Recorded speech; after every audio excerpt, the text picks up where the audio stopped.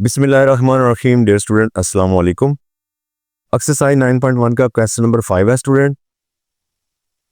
A blank is placed straight upstair that 20 centimetre wide and 16 centimetre deep. यानी एक जो Planck है, यानी लकड़ी का तख्ता समझ लें, ठीक है, वो सीढ़ियों पर ऐसे पड़ा हुआ है और जो सीढ़ी है उसकी जो नीचे ज़मीन के साथ लंबाई बनती है वो 20 सेंटीमीटर है और जो सीढ़ियों की हाइट है वो 16 सेंटीमीटर है ऐसे ऊपर। ठीक है ना। तो ये नहीं समझ लीजिए जैसे सीढ़ियाँ, जैसे ज़ाहिर बात ऐसे भी जाएंगी तो आगे भी तो जाएंगी ना। तो ऐसे जो उनकी ज़मीन के साथ जो लंबाई बांधी है वो 20 सेंटीमीटर और जो हाइट है वो 16 सेंटीमीटर है। A rectangular box of height 8 centimetre and with x is placed on a stair under. अब ये जो सीढ़ियाँ हैं जिनके ऊपर एक प्लैंक पड़ा हुआ है, तख्ता लकड़ी का, उन सीढ़ियों के अंदर जो खाली जगह है यहां पर एक बॉक्स पड़ा हुआ है। ठीक है, उसकी हाइट है जी 8 सेंटीमीटर। ठीक है, 8 सेंटीमीटर हाइट है और ये जो उसकी लंबाई है ना रेक्टेंगुलर बॉक्स की, उसको एक्स से शो किया गया, इसको हमने फाइंड करना है। ठीक है जी, यानी फाइंड एक्स।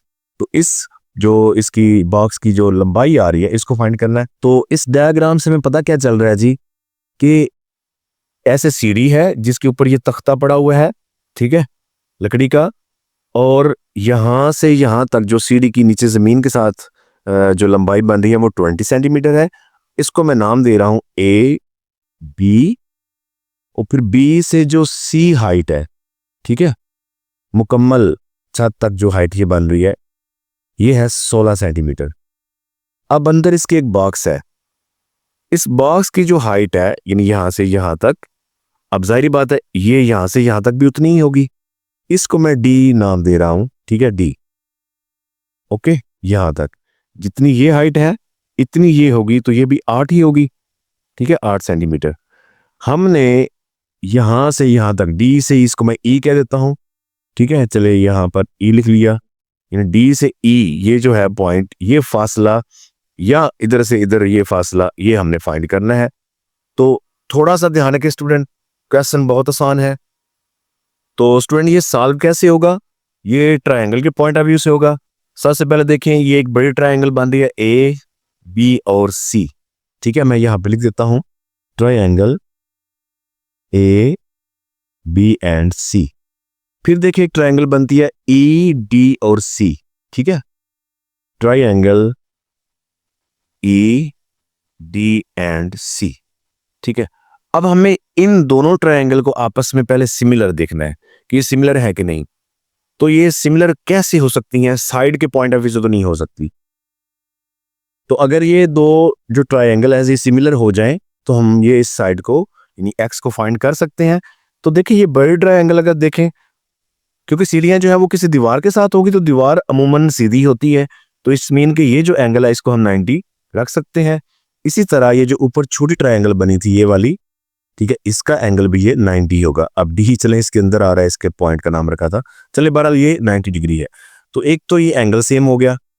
इसी तरह जिस एंगल पे ये जाके टच हो रहे हैं ऊपर, ठीक है ना, इस ये जो बड़ी ट्रायंगल इसकी हाइट भी यहाँ पे खत्म हो रही है, इसकी जो छोटी ट्रायंगल है ये भी यहाँ पे खत्म हो रही है, तो दोनों का एंगल ये कॉमन है।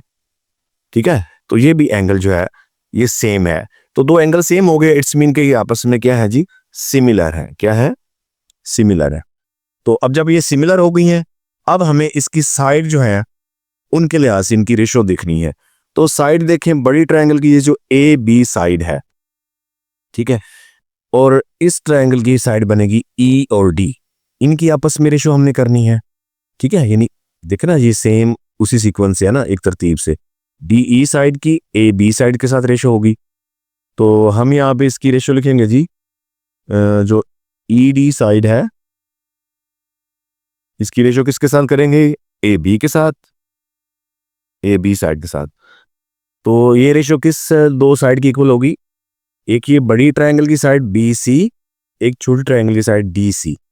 तो पहले मैं डी सी लिख रहा हूं क्योंकि इधर में पहले छोटी ट्रायंगल की लिखी थी, ताकि तरतीब सेम रहे। D C side ratio B सी।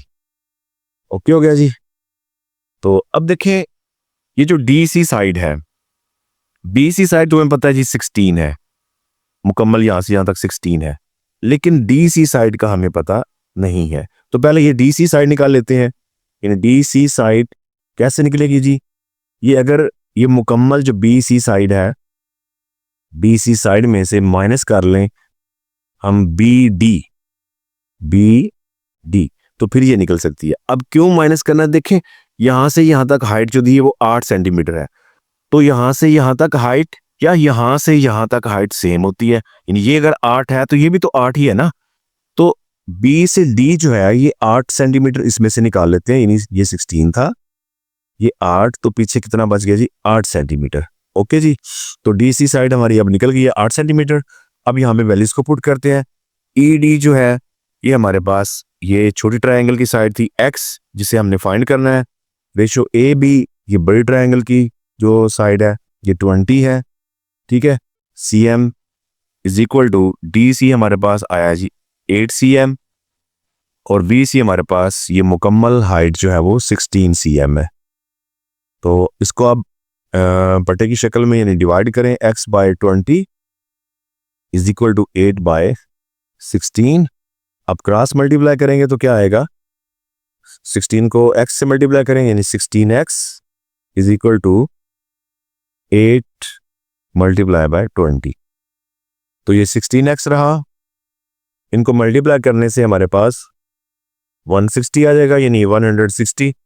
तो 16 को डिवाइड करें, x is equal to 160 divide by 16, तो डिवाइड होने के बाद हमारे पास ये 10 आ रहा है। क्या आ रहा है जी आंसर इसका?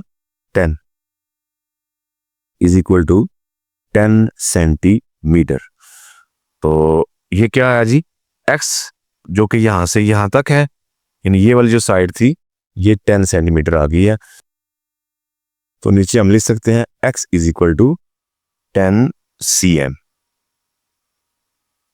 क्वेश्चन नंबर 6 है, a man who is 1.8 metre tall cast a shadow of 0.76 metre. ठीक है, यानी एक आदमी है जो कि 1.8 मीटर इसकी हाइट है, तो इसका शैडो जो बन रहा है वो 0.76 बन रहा है। ठीक है। If at the same time a telephone pole, यानी उसी वक्त एक जो पोल है, यानी टाइम नहीं गुजरा, सेम वक्त के ऊपर जो टेलीफोन पोल है उसका जो शैडो बन रहा है वो 3 मीटर बन रहा है। फाइंड द हाइट ऑफ पोल। अब इस जो पोल है इसकी हाइट हमने फाइंड करनी है यहाँ से यहाँ तक। इस मीन कि ये जो मैन है, यानी यहाँ से अगर सीधा हम करें और ये ऐसे इसके सर से ऐसे उसके शैडो तक लाइन लगाएं तो ये ट्रायंगल बन दिया एक। इस तरह ये पोल जो है इसका ये शैडो यहाँ तक है और इसके हेड से और शैडो के एंड तक लाइन लगाए तो ये भी एक ट्रायंगल बन जाती है। अब ये एक ट्रायंगल जब बनेगी तो जो मैन है यानी जो इंसान वो भी सीधा खड़ा है, ठीक है, और पोल भी बिल्कुल सीधा है, तो शैडो भी जमीन के ऊपर है, तो इट्स मीन कि ये वाला एंगल जो है वो 90 बन रहा है। ठीक है, इधर भी ये वाला एंगल 90। ठीक है। इसके अलावा क्योंकि टाइम सेम है तो जो सन जो है यानी जो सूरज यहाँ पे रोशनी दे रहा है ऐसे, ठीक है, इसकी जो लाइट पड़ रही है और ये जो शैडो यानी यहाँ पे जो एंगल बन रहा है, ठीक है, और इस तरह ये जो एंगल बन रहा है ये भी सेम होगी। तो इट्स मीन कि ये जो दोनों ट्रायंगल या दोनों ये जो शेप बन रही है ये आपस में सिमिलर है। ठीक है, तो इसको अगर हम ए बी और सी का नाम दें और ये डी ई और एफ कर लें तो हमारे पास दो ट्रायंगल बन जाती हैं। ये ट्रायंगल ए बी सी ये सिमिलर है ट्रायंगल डी ई और एफ के। तो अब इनकी जो साइड की रेशो है, असल में तो हमें रेशो चाहिए ना क्योंकि उसी से हमने इसको फाइंड करना है। तो ए बी जो साइड है इसकी रेशो डी ई के साथ होगी, इसी तरह ये जो बी सी साइड है इसकी रेशो ई एफ की होगी क्योंकि हमने ये जो पोल था इसकी हाइट फाइंड करनी है। चले यहाँ पे हम रेशो जो है वो करते हैं जी। पहले मैं ये साइड लेता हूँ बी सी हाइट वाली, बी सी साइड इसकी रेशो कर लेते हैं जी किसके साथ? ई एफ के साथ। ई एफ ये इक्वल किसके होगी? दूसरी साइड की रेशो के, यानी वो बनेगी G A B side ratio D E. तो बी सी जो है ये है 1.8 मीटर, ई एफ जो है ठीक है, ये हमने फाइंड करनी है, इसको हाइट क्या लें। इसी तरह ए बी जो है ये 0.76 और डी ई जो है ये है जी 3 मीटर। ओके, यानी ये भी मीटर में है, ये भी मीटर में और ये भी मीटर में। तो अब इसको हम डिवाइड की शक्ल में लिखें तो ये हमारे पास 1.8 डिवाइड बाय एच, इसी तरह ये 0.76 डिवाइड बाय 3। तो क्रॉस मल्टीप्लाई करें, ये आ जाएगा 0.76, ठीक है, H is equal to 1.8 multiply by 3। तो इसको मल्टीप्लाई कर लेंगे और इसको इधर आके डिवाइड कर लेंगे, ठीक है। तो h इज इक्वल टू, इसको पहले मल्टीप्लाई करते हैं, क्या आता है 5.4 आ रहा है। तो 0.76 को डिवाइड करें, ये डिवाइड बाय 0.76, डिवाइड करने से हमारे पास ये आ रहा है 7.105। तो स्टूडेंट इसको हम, यानी जो हाइट आई है पोल की, इसको लिख सकते हैं जी 7.1, ये 0 के आगे 5 है तो हम इसको भी 1 कर सकते हैं, ठीक है। यानी जो पोल था इसकी हाइट ये आई है ये, ठीक है जी, 7.11 मीटर। क्वेश्चन नंबर 7 है student, find the value of x y and z in the given figure. यानी ये जो डायग्राम दी हुई है इसमें से हमें एक्स वाई और जी की वैल्यू फाइंड करनी है।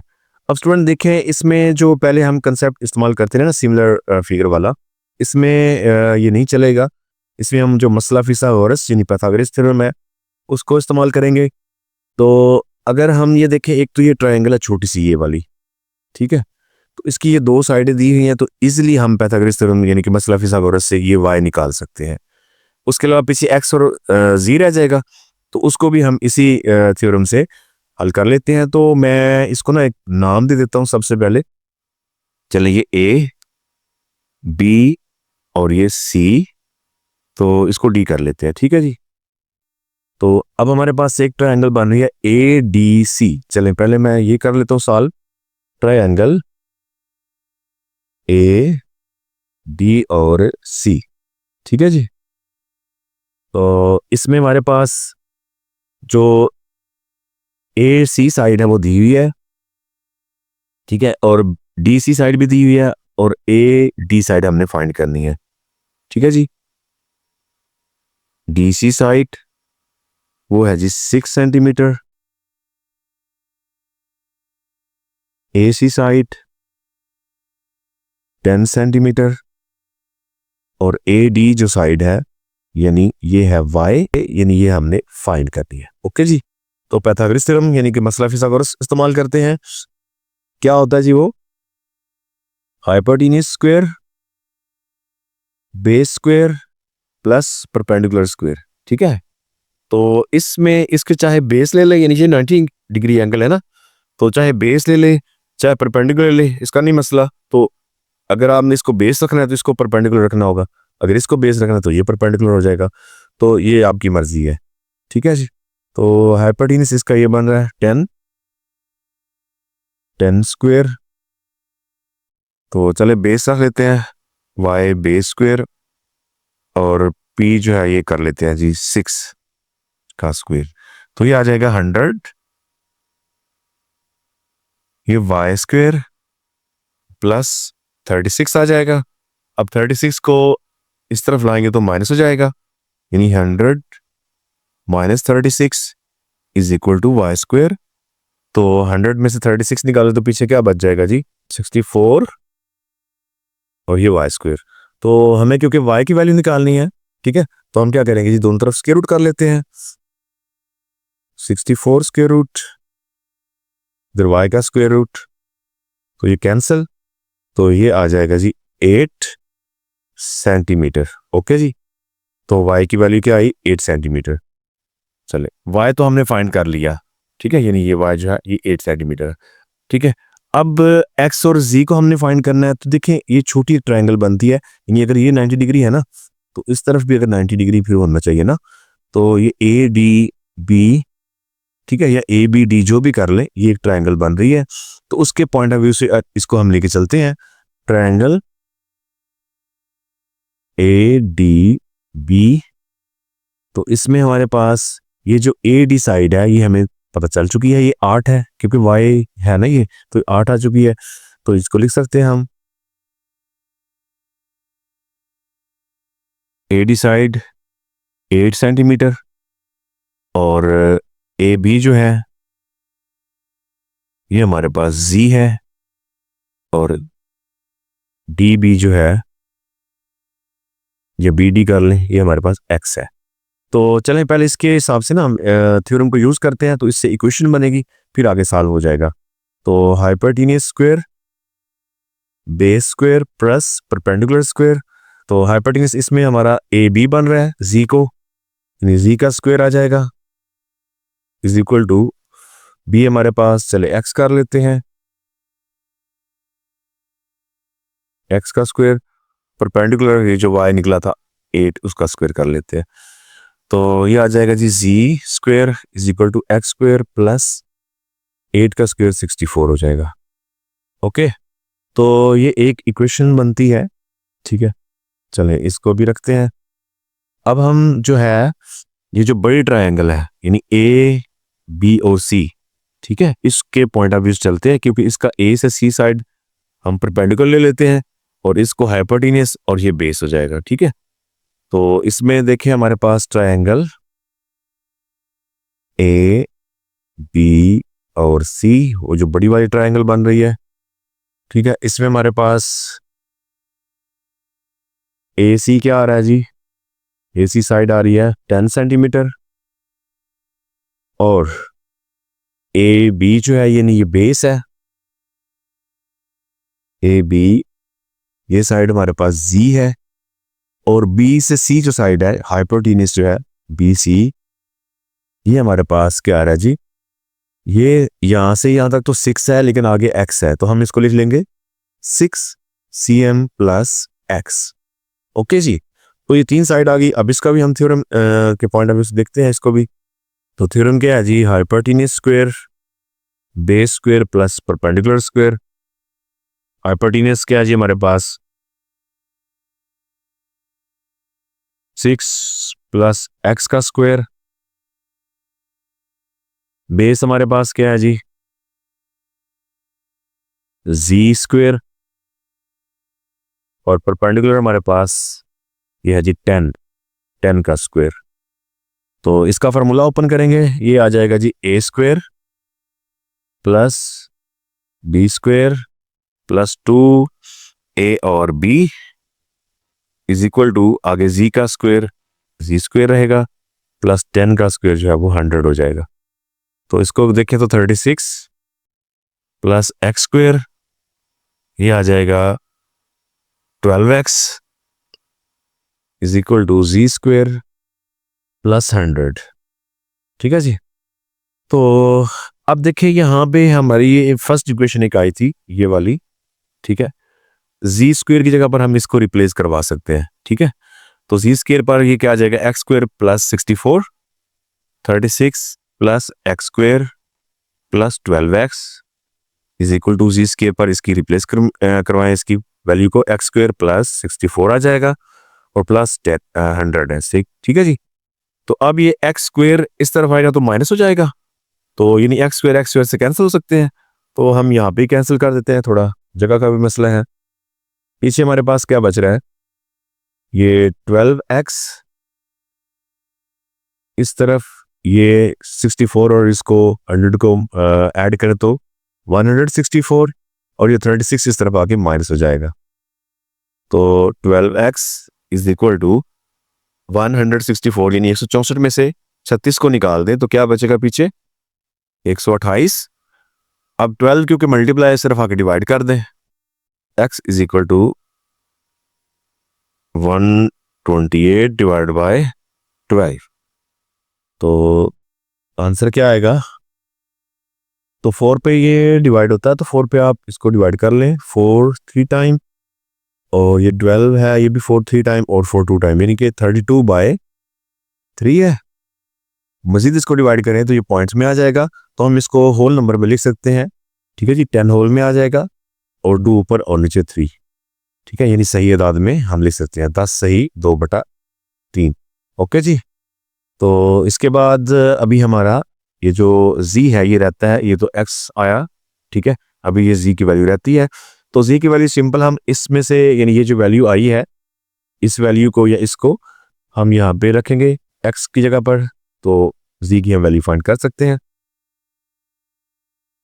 ये क्वेश्चन हमारे पास थी z square is equal to x square plus 64, और x की वैल्यू क्या आई थी, x की वैल्यू थी 32/3, ठीक है। या फिर वो सही अदाद में थी, यानी 10 सही 2/3।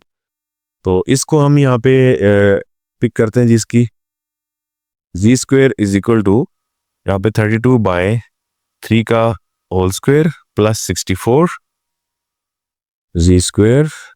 अब 32 का स्क्वायर करें, यह आएगा 1024, और 3 का स्क्वायर आ जाता है 9 प्लस 64।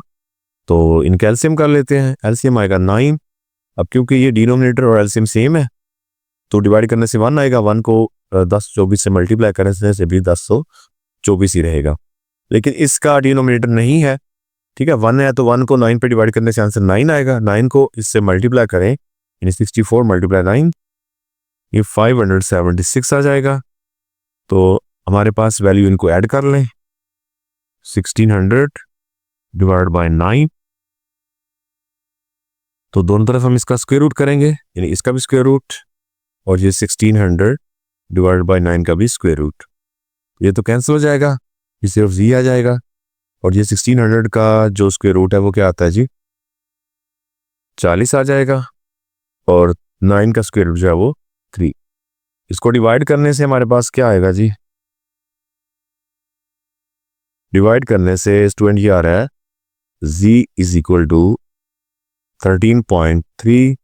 तो अगर हम इसको होल नंबर में यानी सही अदाद में लिखना चाहें तो ये हमारे पास आएगा 13 से 1/3, ठीक है जी। तो क्योंकि बुक पे पीछे आंसर इस तरह के हैं तो इसलिए मैं ऐसे लिख रहा हूँ। तो ये z जो था ये भी निकल गया स्टूडेंट, तो ये z की वैल्यू भी हमने, ठीक है, निकाल। ओके ओके, तो ये हमारे पास y रहा, ये हमारे पास x, ठीक है, ये वाला, या फिर ये नीचे, और z जो है हमारे पास ये निकली है, ठीक है जी। तो तीनों आंसर हमारे पास आ चुके हैं।